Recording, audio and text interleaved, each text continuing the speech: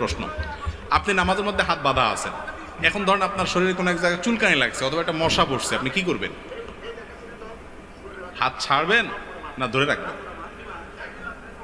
সন্দেহের মধ্যে পড়ে গেছেন। এই পরিস্থিতি আপনাদের জীবনে আসে না? তো কি করেন আপনারা?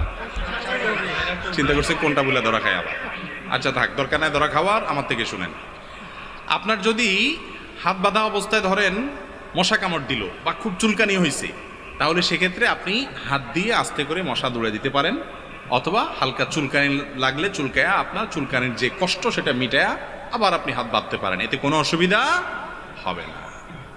আমরা মনে করি যে না, এই হাত বাঁধলে নামাজ মনে ছুটে যাবে। নামাজের মধ্যে হাত বাঁধা কি ফরজ না ওয়াজিব? হাত বাঁধাটা কি ফরজ না ওয়াজিব?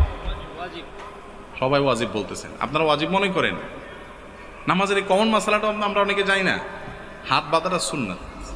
হাত যদি নাও বাঁধেন তাও কি হয়ে যাবে?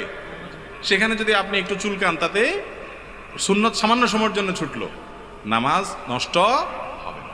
অনেকে আছে যে মশা কামড়াইতে কামড়াইতে বেচারার চেহারা লাল হয়ে গেছে মশার কামড়ের চোটে, এরপরও হাত দিয়ে দৌড়ায় না, আছে না? নেই না, এত কষ্ট করার কোনো দরকার না, আস্তে করে দৌড়ান। আবার তার মানে এই না যে দৌড়ানোর নাম দিয়ে আপনি মশাকে মার করে একেবারে গায়ে জোরে দিলেন, কামান মারার মতো মশা মারার জন্য কামান দাগাইলেন।